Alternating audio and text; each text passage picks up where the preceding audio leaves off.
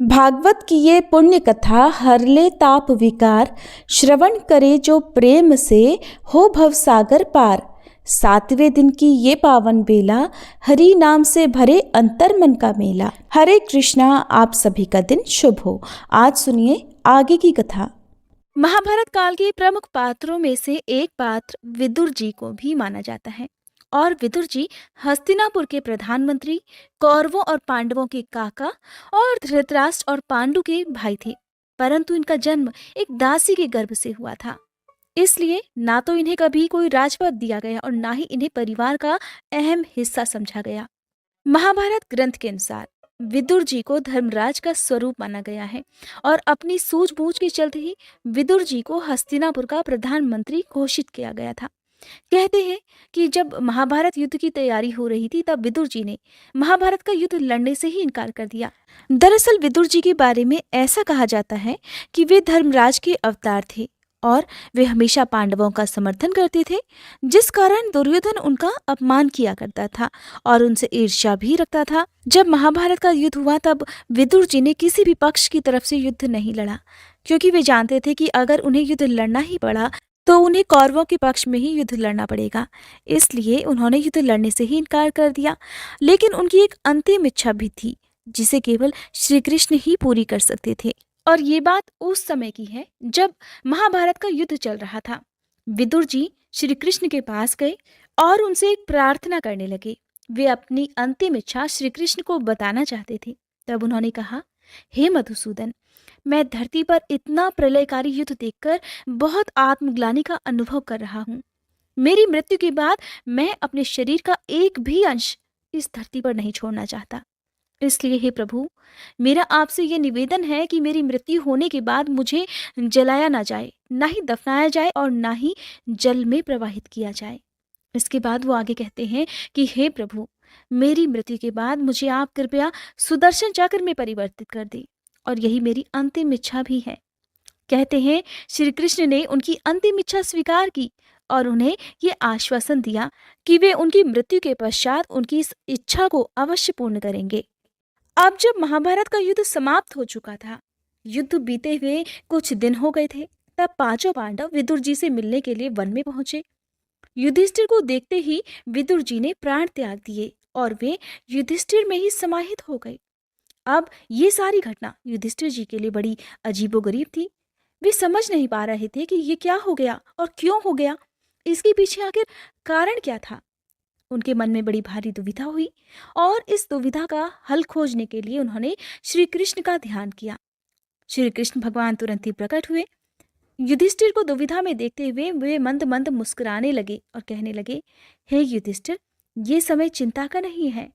विदुर जी स्वयं धर्मराज के अवतार थे और तुम भी स्वयं धर्मराज हो, इसलिए प्राण त्याग कर वे तुम में समाहित हो गए। लेकिन अब मैं विदुर को दिया हुआ वरदान पूरा करने के लिए आया हूँ। ऐसा कहते ही श्री कृष्ण ने विदुर के शव को सुदर्शन चक्र में परिवर्तित कर दिया और उनकी अंतिम इच्छा को भी पूर्ण कर दिया। विदुर ही वो सबसे पहले व्यक्ति थे जिन्होंने महाराज धृतराष्ट्र को सबसे पहले बताया था कि महाभारत का युद्ध कौरवों का विनाश कर देगा। विदुर क्योंकि बहुत विद्वान थे, उन्हें अच्छे बुरे का भेद भी पता था, इसीलिए सभी उनका सम्मान भी करते थे। अगर आपने महाभारत कथा सुनी है या फिर महाभारत अगर आपने देखी है तो आपको पता होगा लाक्षागृह के बारे में। जब लाक्षागृह का षड्यंत्र रचा गया था उस समय भी विदुर जी ने ही धर्मराज युधिष्ठिर को सावधान किया था और इससे बचने का उपाय भी उन्हें बताया था। आपको बता दूं कि विदुर जी के पास एक बहुत ही शक्तिशाली और चमत्कारी धनुष भी था जो खुद उन्हें भगवान कृष्ण ने दिया था। अगर ऐसे में वो चाहते तो इस धनुष से एक बार में ही युद्ध को खत्म भी कर सकते थे, लेकिन उन्होंने ऐसा नहीं किया। दरअसल बात यह है कि एक बार विदुर जी ने दुर्योधन को युद्ध ना करने की सलाह दी थी, जिसके बाद दुर्योधन ने विदुर को ही अपशब्द कहने शुरू कर दिए, जिसके बाद विदुर जी ने गुस्से में अपना धनुष तोड़ दिया था और ये प्रतिज्ञा कर ली कि वो युद्ध में हिस्सा ही नहीं लेंगे, ना ही वे युद्ध लड़ेंगे। विदुर जी जानते थे कि अगर वो युद्ध में लड़े तो उन्हें कौरवों की तरफ से ही लड़ना होगा, यानी उन्हें अधर्म के पक्ष में रहकर लड़ना होगा, और यही कारण था कि उन्होंने युद्ध ना करने का फैसला लिया।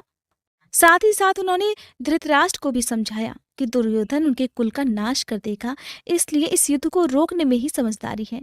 लेकिन तब विदुर जी की बात किसी ने नहीं मानी और उसका परिणाम ये हुआ कि कौरव महाभारत के युद्ध में बुरी तरह से हार गए और लड़ते लड़ते मारे भी गए। तो इस वजह से इतने शक्तिशाली होने के बाद भी महाभारत के युद्ध में विदुर ने हिस्सा ही नहीं लिया। सूत जी कहते हैं कि विदुर जी तीर्थ यात्रा में महर्षि मैत्रेय से आत्मा का ज्ञान प्राप्त करके हस्तिनापुर लौट आए। उन्हें जो कुछ भी जानने की इच्छा थी वो पूर्ण हो चुकी थी। तब विदुर जी ने मैत्रेय ऋषि से जितने भी प्रश्न किए थे उन सभी का उत्तर सुनने से पहले ही भगवान कृष्ण में अनन्य भक्ति हो जाने के कारण वे उत्तर सुनने से ही उपराम हो गए। हे शौनक जी, अपने चाचा विदुर जी को आया हुआ देखकर धर्मराज युधिष्ठिर, उनके चारों भाई धृतराष्ट्र, युयुत्सु, संजय, कृपाचार्य, कुंती, गांधारी, द्रौपदी, सुभद्रा, उत्तरा, कृपि और पांडव परिवार की अन्य सभी नर और नारी अपने पुत्रों सहित दूसरी स्त्रियां सब के सब खड़ी होकर ऐसा अनुभव करने लगे मानो उनके मृत प्राय शरीर में प्राण आ गए हों। और इस प्रकार अनुभव करते हुए वे उनके सम्मान के लिए, उनके स्वागत के लिए सामने आ गए। यथा योग्य आलिंगन और प्रणाम आदि के द्वारा सब उनसे मिले। इस सब के बाद धर्मराज युधिष्ठिर ने आसन पर बिठाकर उनका यथोचित सत्कार किया। जब वे भोजन और विश्राम करके सुखपूर्वक आसन पर बैठे थे तब युधिष्ठिर ने विनय से झुककर उन सब के सामने ही उनसे कहा था कि हे चाचा जी, जैसे पक्षी अपने अंडों को पंखों की छाया के नीचे रखकर उन्हें सेते और बढ़ाते हैं, वैसे ही आपने अत्यंत वात्सल्य से अपने कर कमलों की छत्र छाया में हम लोगों को पाला पोसा है।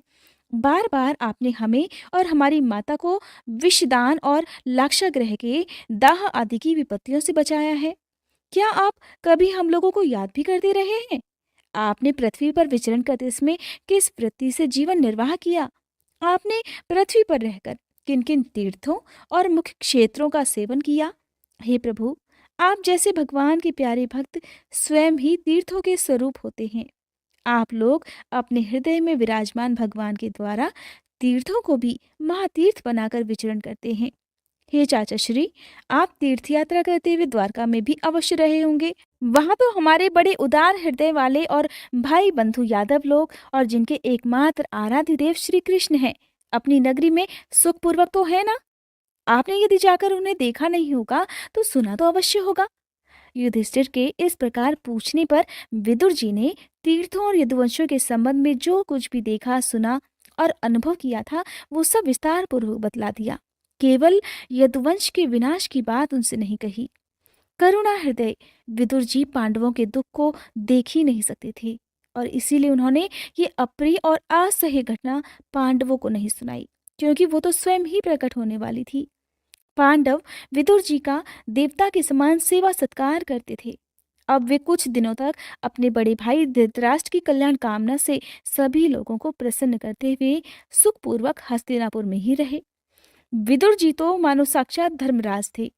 मांडव ऋषि के श्राप से ये 100 वर्षों के लिए शूद्र बन गए थे और इतने दिनों तक यमराज जी के द्वारपाल भी थे और वही पापियों को उचित दंड भी देते थे। राज्य प्राप्त हो जाने पर अपने लोकपाल सरीखे भाइयों के साथ राजा युधिष्ठिर वंशधर परीक्षित को देखकर अपनी अतुल संपत्ति से आनंदित रहने लगे। इस प्रकार पांडव गृहस्थ के काम धंधों में रम गए और उन्हीं के पीछे एक प्रकार से ये बात भी भूल गए कि अनजाने में ही हमारा जीवन मृत्यु की ओर जा रहा है। अब देखते ही देखते उनके सामने वो समय भी आ पहुंचा जिसे कोई टाल नहीं सकता। परंतु विदुर जी ने काल की गति जानकर अपने बड़े भाई धृतराष्ट्र से कहा, हे महाराज, देखिए अब बड़ा भयंकर समय आ गया है, इसलिए आप तुरंत यहाँ से निकल चलिए। हम सब लोगों के सिर पर ये सर्वसमर्थ काल मंडराने लगा है और जिसके टालने का कहीं भी कोई भी उपाय नहीं है। काल के वशीभूत होकर जीव का अपने प्रियतम प्राणों से भी बात ही बात में वियोग हो जाता है। फिर धन, जन आदि दूसरी वस्तुओं की तो बात ही क्या है। आपके चाचा, ताऊ, भाई, सगे संबंधी और पुत्र सभी मारे गए। आपकी उम्र भी ढल चुकी है। आपका शरीर भी बुढ़ापे का शिकार हो चुका है। आप पराए घर में पड़े हुए हैं। आह, इस प्राणी को जीवित रहने की कितनी प्रबल इच्छा होती है। इसी के कारण तो आप भीम का दिया हुआ टुकड़ा खाकर कुत्ते का सा जीवन बिता रहे हैं। जिन लोगों को आपने आग में जलाने का प्रयास किया, जहर देकर मार डालना चाहा, भरी सभा में जिनकी विवाहिता पत्नी को अपमानित किया, जिनकी भूमि और धन छीन लिए, उन्हीं के अन्न से पले हुए प्राणों को रखने में क्या गौरव है। आपके ज्ञान की हद हो गई है महाराज, परंतु आपके चाहने से क्या होगा। पुराने वस्त्र की तरह बुढ़ापे से गला हुआ आपका शरीर आपके ना चाहने पर भी कमजोर होता जा रहा है। अब इस शरीर से आपका कोई स्वार्थ सधने वाला नहीं है, इसलिए इसमें मत फंसिए। इसकी ममता का बंधन काट डालिए। जो संसार के संबंधियों से अलग रहकर उन सब से अनजान अपने शरीर का त्याग करता है, वही धीर कहा गया है। चाहे आप अपनी समझ से ही या दूसरों के समझाने से, जो इस संसार को दुख रूप समझकर इससे विरक्त हो जाना चाहता है, इस संसार को त्याग देना चाहता है और अपने अंतःकरण को वश में करके हृदय में भगवान को धारण कर संन्यास की इच्छा से घर से निकल पड़ता है, वही उत्तम मनुष्य है। और इसके आगे जो समय आने वाला है वो प्रायः मनुष्यों के गुणों को और घटाने वाला होगा। इसलिए आप अपने परिवारजनों से छिपकर पहाड़ों पर या वन में चले जाइए। इस प्रकार जब छोटे भाई विदुर ने अंधे राजा धृतराष्ट्र को इस प्रकार समझाया, तब उनकी प्रज्ञा के नेत्र खुल गए थे। वे भाई बंधुओं के सुदृढ़ स्नेह पाशों को काटकर अपने छोटे भाई विदुर के दिखलाए हुए मार्ग से निकल पड़े। जब परम पतिव्रता सुंबल नंदिनी गांधारी ने देखा कि मेरे पतिदेव तो उस हिमालय की यात्रा कर रहे हैं जो सन्यासियों को वैसा ही सुख देता है जैसा वीर पुरुषों को लड़ाई के मैदान में अपने शत्रुओं के द्वारा किए गए न्यायोचित प्रहार से होता है, तब वे भी अपने पति के पीछे पीछे चल पड़ी। अजात शत्रु युधिष्ठिर ने प्रातःकाल संध्या वंदन की और अग्निहोत्र करके ब्राह्मणों को नमस्कार किया और उन्हें तिल, गौ, भूमि और सोने का दान दिया।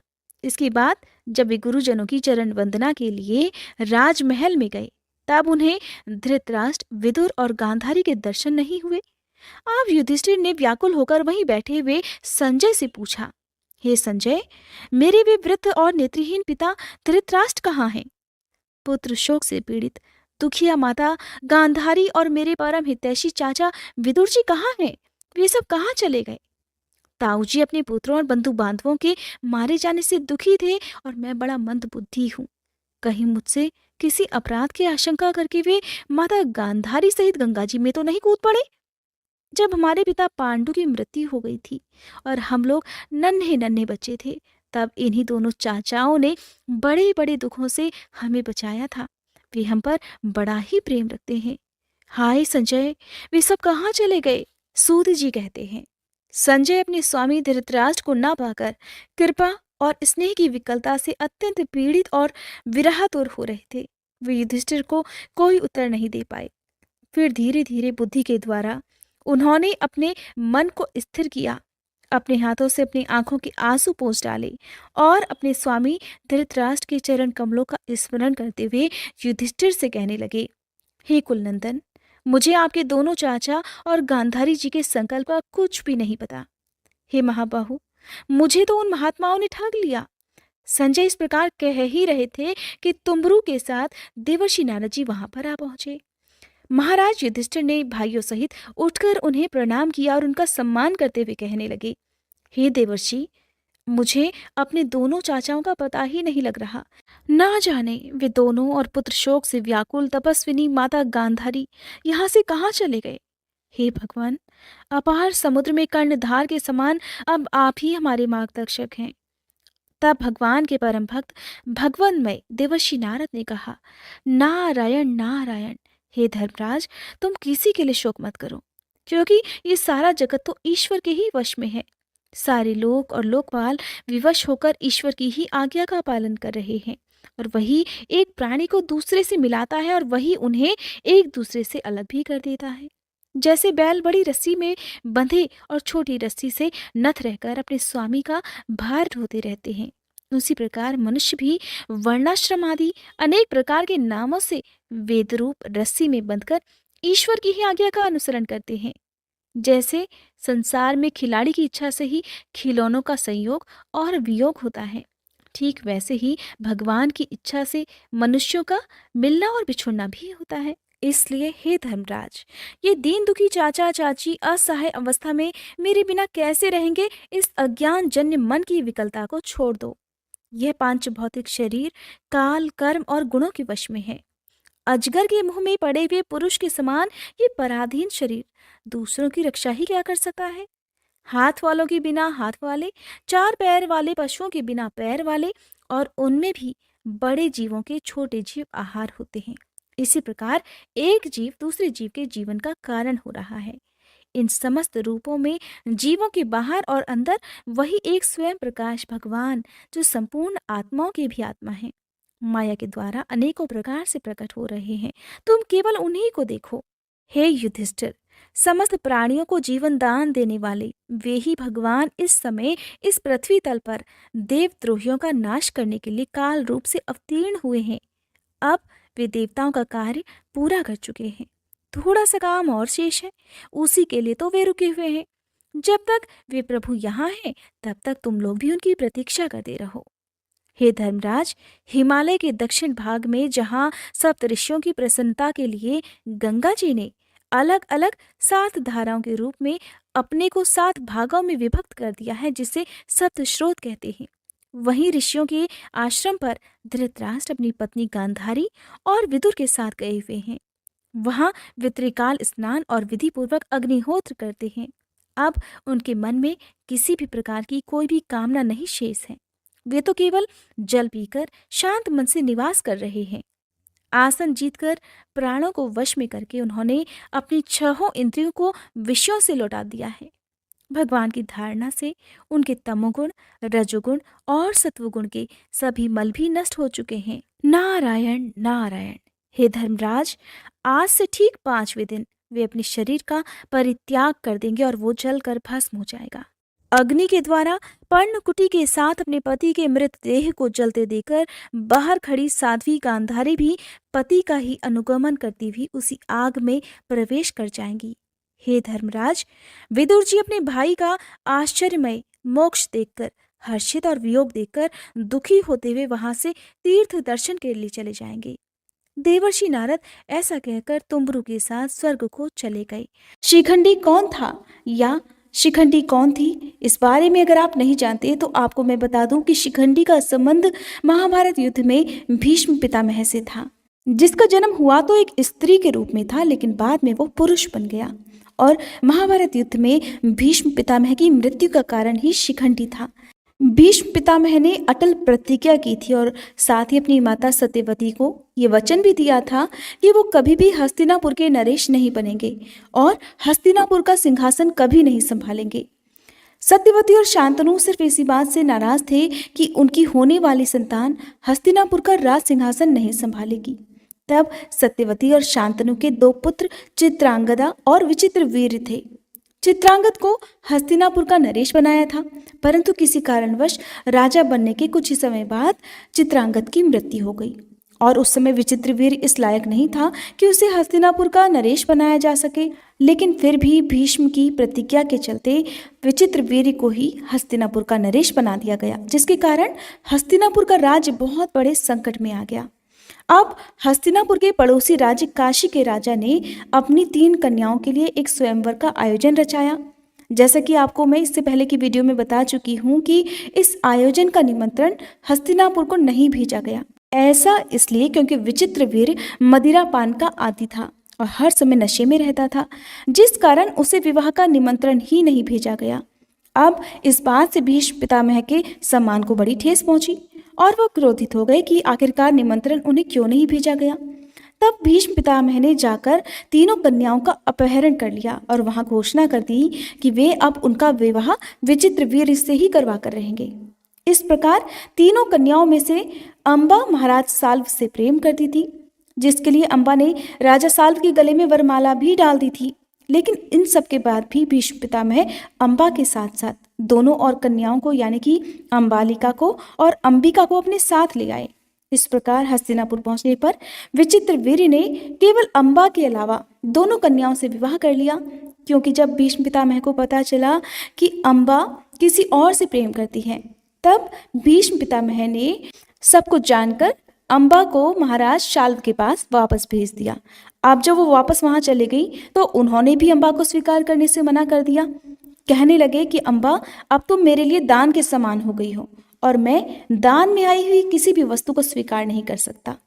बस इसके बाद फिर से अम्बा भीष्म पितामह के पास हस्तिनापुर पहुंच गई और तब अम्बा ने भीष्म पितामह से आग्रह किया कि वे अब उनसे विवाह करें, क्योंकि अब कोई भी उनसे विवाह नहीं करना चाहता था।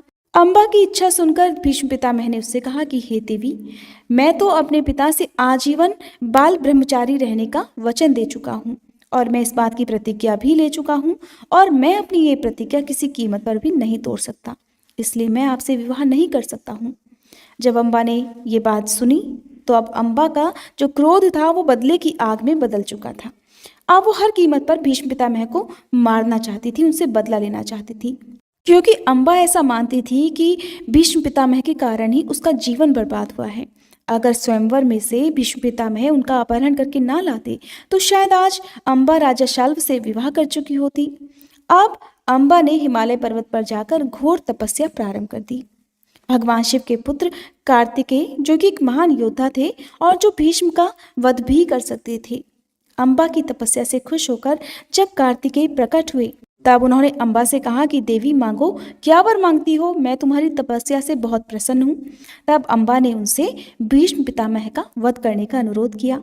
तब कार्तिकेय ने उनसे कहा कि वे तो हिंसा छोड़ चुके हैं और अब वे शस्त्र हाथ में कभी धारण नहीं करेंगे। तब अम्बा ने उनसे फिर से प्रार्थना की कि हे भगवान, कोई और उपाय तो होगा। तब कार्तिकेय ने अम्बा की भक्ति से प्रसन्न होकर उसे कमल के फूलों की एक माला दी। माला देते हुए कार्तिकेय जी ने अम्बा से कहा कि ये कोई साधारण फूलों की माला नहीं है, ये कभी न मुरझाने वाली माला है और जो कोई भी इस माला को धारण कर लेगा वही भीष्म का वध भी कर सकता है। अब अम्बा उस माला को लेकर ऐसे व्यक्ति की खोज में निकल गई जो कि उस माला को पहनकर पितामह भीष्म को मारने के लिए तैयार हो जाए। अब कोई भी व्यक्ति उस माला को छूने तक के लिए तैयार नहीं था, तो पहनता कैसे? अब क्योंकि भीष्म पितामह भी एक महान योद्धा थे, उनके पराक्रम से तो सभी भली भांति परिचित थे और वे सभी जानते थे कि भीष्म को हराना या फिर उन्हें मारना इतना आसान नहीं था। अब अम्बा उस फूल की माला को लेकर भगवान परशुराम के पास पहुंची, जो कि भीष्म पितामह के गुरु थे। उन्होंने ही भीष्म को शिक्षा दी थी। जब उन्होंने अपनी समस्या भगवान परशुराम को बताई तब भगवान परशुराम ने अम्बा से कहा कि तुम चिंता मत करो, मैं सब ठीक कर दूंगा। अब परशुराम जी ने भीष्म पितामह को बुलाया।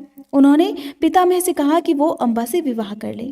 तब भीष्म पितामह ने अपने गुरु भगवान परशुराम से कहा कि हे भगवान, आप तो मेरे गुरु हैं, आप चाहें तो मुझे अपना शीश कटवाने का आदेश दे दें, मैं खुद अपना शीश काटकर आपके चरणों में प्रस्तुत कर सकता हूँ, परंतु मैं अपना प्रण नहीं तोड़ सकता।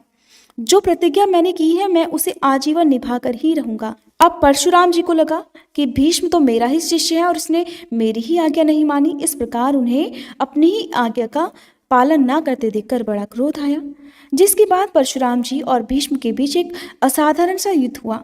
कहते हैं कि इस युद्ध के परिणाम को देखते हुए भगवान शिव ने इस युद्ध को रोक दिया था, क्योंकि इस युद्ध का कोई भी परिणाम नहीं निकल रहा था। दोनों ही ताकत में एक समान साबित हो रहे थे। तब भगवान परशुराम ने अम्बा से कहा कि हे देवी, अब भीष्म को मारने के लिए तुम्हें किसी और को ढूंढना होगा। अब अम्बा फिर से उस व्यक्ति की तलाश में निकल गई जो कि पितामह भीष्म का वध कर सके। इस तरह घूमते घूमते और योग्य व्यक्ति की तलाश में अम्बा पांचाल साम्राज्य के राजा द्रुपद के दरबार में पहुंच गई। उस समय पांचाल साम्राज्य भारत का सबसे बड़ा और दूसरा साम्राज्य था। अब अम्बा ने राजा द्रुपद से विनती की कि वे उस माला को पहन लें और भीष्म का वध कर दें। अब द्रुपद ने जब ये सुना तो वो तो उस माला को स्पर्श भी नहीं करना चाहते थे, यहाँ तक कि द्रुपद ने तो उससे मिलने तक से मना कर दिया। अब अम्बा ने नाराज होकर उस माला को राजा द्रुपद के महल में ही एक खंबे पर टांग दिया और वहां से वो नाराज होकर चली गई। राजा द्रुपद उस माला से इतनी ज्यादा डर गए कि वो अब हर दिन उस माला के आगे दीप जलाकर उसकी पूजा करते थे, लेकिन कभी उसे छूते तक नहीं थे। इस तरह अपनी परिस्थिति से निराश होकर अम्बा हिमालय पर्वत पर चली गई और वहां बैठकर कठिन तपस्या करने लगी। और फिर एक दिन उसकी तपस्या से प्रसन्न होकर भगवान शिव उसके सामने प्रकट हुए। अम्बा से कहने लगे कि मांगो, तुम क्या मांगना चाहती हो।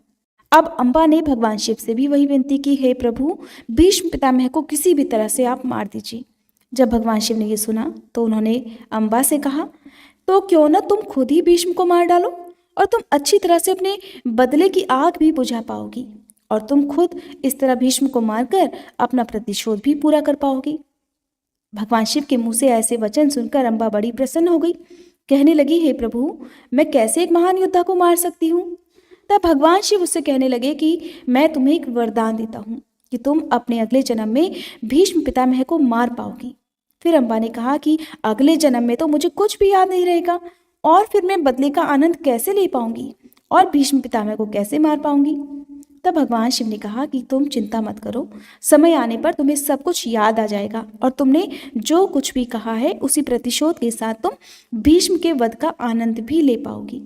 तब कहते हैं कि अम्बा ने अपने अगले जन्म में शिखंडी के रूप में जन्म लिया। शिखंडी एक कन्या के रूप में पैदा हुई, परंतु उसका पालन पोषण एक पुरुष के रूप में किया गया, जो कि उसे अन्य पुरुषों की तरह युद्ध कला भी सिखाई गई। क्योंकि भीष्म पितामह एक महान योद्धा थे, महाभारत के भीषण युद्ध में पितामह ने कौरवों की तरफ से पांडवों की सेना का भयंकर नुकसान किया। ये सब देखकर सारे पांडव बड़े डर गए। तब पांडवों ने भगवान कृष्ण से पितामह भीष्म की मृत्यु का कारण और उपाय पूछा। तब भगवान कृष्ण ने कहा कि ये उपाय तो स्वयं भीष्म ही बता सकते हैं। ये जानकर पांचों पांडव भगवान श्री कृष्ण के साथ भीष्म पितामह से उनकी मृत्यु का उपाय पूछने जाते हैं।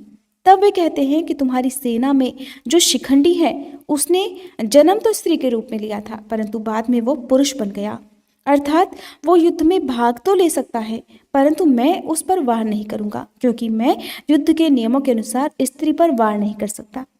अर्जुन अगर शिखंडी अर्थात अम्बा को आगे रखकर मुझ पर बाणों से हमला करें तो मैं प्रहार नहीं करूंगा, और इस तरह तुम युद्ध में विजय प्राप्त कर सकते हो। भीष्म पितामह ये बात भी अच्छी तरह से जानते थे कि पांडव धर्म की रक्षा करने के लिए इस युद्ध को लड़ रहे हैं। महाभारत युद्ध के 10वें दिन पितामह भीष्म को रोकने के लिए अर्जुन ने शिखंडी को आगे करके पितामह भीष्म के साथ युद्ध करना शुरू कर दिया। शिखंडी को आगे देखकर पितामह भीष्म ने उस पर कोई भी वार नहीं किया, और तब पांडवों की ओर से अर्जुन ने अपने बाणों से पितामह भीष्म की बाणों की शैया पर उन्हें लिटा दिया। जिसके बाद पितामह भीष्म ने धर्मराज युधिष्ठिर को धर्म, अर्थ, काम और मोक्ष का ज्ञान प्रदान किया, और ये सब उन्होंने बाणों की शैया पर लेटे लेटे ही किया था, क्योंकि भीष्म पितामह को अपने ही पिता से इच्छा मृत्यु का वरदान भी प्राप्त था। इसलिए जब तक वे नहीं चाहते तब तक उन्हें मृत्यु भी नहीं आ सकती थी। भीष्म पितामह एक वीर और अपने वचन के पक्के योद्धा थे, लेकिन इतने वीर और महान होने के बाद भी उनकी मृत्यु का कारण एक शिखंडी जो कि नपुंसक था वो बना। दरअसल भीष्म पितामह चाहते थे कि हस्तिनापुर सुरक्षित हाथों में पहुंच जाए और उसके बाद ही वो अपने प्राणों का त्याग करें। महाभारत युद्ध की समाप्ति के बाद ही भीष्म पितामह ने अपने प्राणों का त्याग किया था, लेकिन प्राण त्यागने से पहले उन्होंने धर्मराज युधिष्ठिर को धर्म पर चलते हुए शासन करने का आशीर्वाद भी दिया था।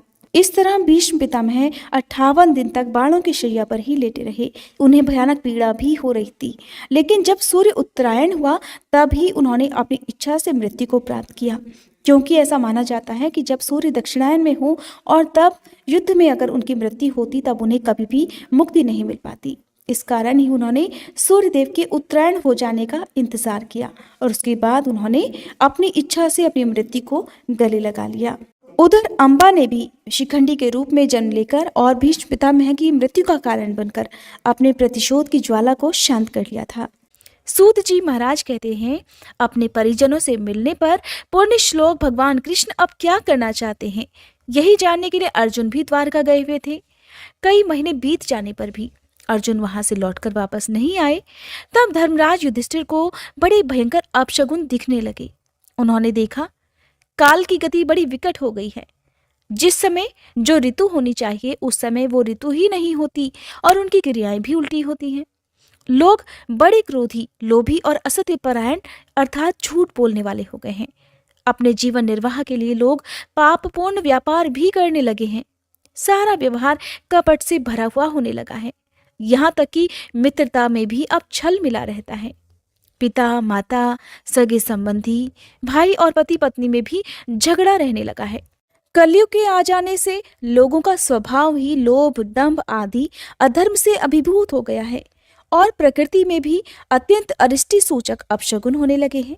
ये सब देखकर धर्मराज युधिष्ठिर ने अपने छोटे भाई भीमसेन से कहा, भीमसेन, अर्जुन को हमने द्वारका इसलिए भेजा था कि वो वहां जाकर पुण्य श्लोक भगवान श्री कृष्ण क्या कर रहे हैं इसका पता लगा कर आए और सगे संबंधियों से मिलकर भी आए। लेकिन तब से तो 7 महीने बीत गए, किंतु तुम्हारे छोटे भाई अभी तक वापस नहीं लौटे हैं और मैं ठीक ठीक ये भी नहीं समझ पा रहा कि उनके ना आने का क्या कारण हो सकता है। कहीं देवर्षि नारद द्वारा बताया गया वो समय तो नहीं आ पहुंचा जिसमें भगवान कृष्ण अपने लीला विग्रह का संवरण करना चाहते हैं। उन्हीं भगवान की कृपा से हमें ये संपत्ति, राज्य, स्त्री, प्राण, कुल, संतान, शत्रुओं पर विजय और स्वर्ग आदि लोकों का अधिकार प्राप्त हुआ है। भीमसेन, तुम तो मनुष्यों में व्याघ्र के समान बलवान हो। देखो तो सही, आकाश में उल्कापात आदि, धरती पर भूकंप आदि और शरीरों में रोग आदि कितने भयंकर अपशगुन होने लगे हैं। इनसे इन बात की सूचना भी मिलती है कि शीघ्र ही हमारी बुद्धि को मोह में डाल देने वाला कोई उत्पात होने वाला है। प्यारे भीमसेन, मेरी बाईं जांग, आंख और भुजा बार बार फड़कती रहती है। मेरा मन भी जोर जोर से धड़कता रहता है। अवश्य ही जल्दी ही कोई अनिष्ट होने वाला है। देखो, ये सियारिन उदय होते हुए सूर्य की तरफ मुंह करके रो रही है। अरे, उसके मुंह से तो आग भी निकल रही है और ये कुत्ता बिल्कुल निडर सा होकर मेरी ओर देखकर चिल्ला रहा है। भीमसेन, गाय आदि अच्छे पशु मुझे अपने बाईं ओर करके चले जाते हैं और गधे आदि बुरे पशु मुझे अपने दाहिनी ओर कर देते हैं। मेरे घोड़े आदि वाहन मुझे रोते हुए दिखाई देते हैं। वह मृत्यु का दूत देखो, पेंडुकी, उल्लू और उसका प्रतिपक्षी कौवा रात को अपने कर्ण कठोर शब्दों से मेरे मन को कपाते हुए विश्व को सूना कर देना चाहते हैं। दिशाएं धुंधली हो गई हैं। सूर्य और चंद्रमा के चारों ओर बार बार मंडल बैठने लगे हैं। ये पृथ्वी पहाड़ों के साथ कांप उठती है। बादल भी बड़ी जोर जोर से गरजते हैं और जहां तहां बिजली भी गिरने लगती है। शरीर को छेदने वाली और धूली वर्षा से अंधकार फैलाने वाली आंधी चलने लगी है। बादल तो बड़ा डरावना दृश्य उपस्थित करके सब और खून बरसाने लगे हैं। देखो, सूर्य की प्रभा मंद पड़ गई है। आकाश में भी ग्रह परस्पर टकराया करते हैं। भूतों की घनी भीड़ में पृथ्वी और अंतरिक्ष में आग सी लगी हुई है। नदी, नद, तालाब और लोगों के मन क्षुब्ध हो रहे हैं। यह भयंकर काल न जाने क्या करके रहेगा।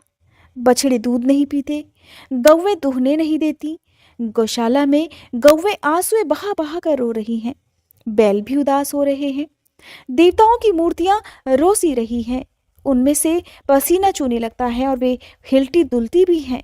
ये देश, ये गांव, शहर, बगीचे, खाने और आश्रम श्रीहीन और आनंद रहित हो गए हैं।